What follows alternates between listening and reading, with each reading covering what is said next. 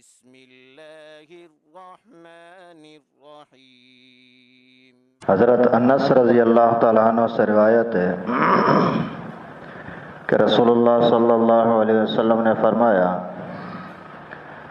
اذا اراد اللہ بعبدہ الخیر عجل له العقوبۃ فی الدنیا، کہ اللہ کے نبی صلی اللہ علیہ وسلم نے فرمایا کہ اگر اللہ تعالیٰ کسی کے ساتھ بھلائی کا ارادہ فرماتے ہیں تو اس کے جرائم کی، گناہوں کی سزا اللہ تعالیٰ اس کو دنیا میں ہی دے دیتے ہیں، اور اگر اللہ تعالیٰ کسی کے ساتھ برائی کا ارادہ فرماتے ہیں تو اسی کو اس کے گناہوں کی سزا دنیا میں نہیں ملتی، پر آخرت میں اس کو ملتی ہے۔ یعنی تین طرح سے معاملہ ہوا۔ ایک یہ ہے کہ گناہ ہوا لیکن اس نے توبہ ایسی کی کہ اللہ تعالیٰ نے اس کو معاف کر دیا، سزا دی ہی نہیں، نہ دنیا میں نہ آخرت میں۔ یہ سب سے اعلیٰ درجہ ہے، اور ہر مسلمان کو اسی کی فکر کرنی چاہیے کہ ایک تو مجھ سے غلطی نہ ہو، اگر غلطی ہو جائے تو اچھی طرح سے اللہ تعالیٰ سے توبہ کرے، معافی مانگے۔ جب تک دل کو تسلی، اطمینان نہ ہو تب تک روتے رہیں، معافی مانگتے رہیں۔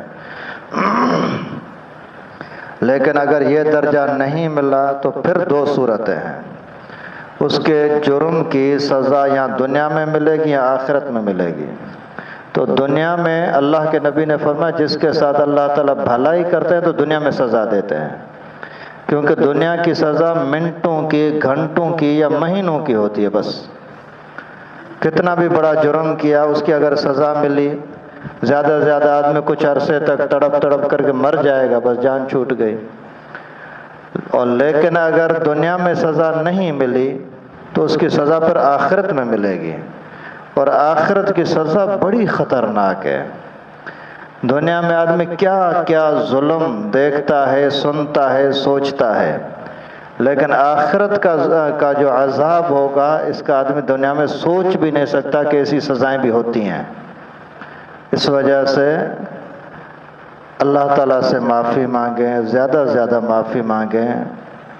آج کل ہم دیکھتے ہیں کسی کو اچانک کوئی نقصان ہو جاتا ہے تو یہ بھی سمجھو کہ ایک طرح سے اچھا ہے، ایسا نہ ہو کہ دنیا میں اسی کو سزا نہ ملے اور آخرت میں سزا ملے، اس کے مقابلے میں دنیا میں سزا مل جائے، یہ اچھا ہے نا۔ اور پیغمبر کریم کے زمانے میں کچھ اس طرح سے اگر کسی سے غلطیاں ہو جاتی ہیں، خود پیغمبر کریم کے پاس آ کر کے بتاتے کہ اللہ کے رسول ہمیں سزا دے دو، ہمارا ہاتھ کاٹنا ہے ہاتھ کاٹ دو، ہمیں سنسار کرنا ہے سنسار کر دو۔ دنیا کے اندر یہ تڑپ تڑپ کر کے مر جانا یہ اتنا بھاری نہیں جتنا آخرت کی سزائیں سخت ہیں۔ اللہ تعالیٰ سے دعا ہے کہ اللہ پاک ہم سب کو گناہوں سے بچنے کی توفیق نصیب فرمائے، اللہ تعالیٰ عافیت کا، رحم کا، کرم کا معاملہ فرمائے۔ وآخر دعوانا ان الحمد للہ رب العالمین۔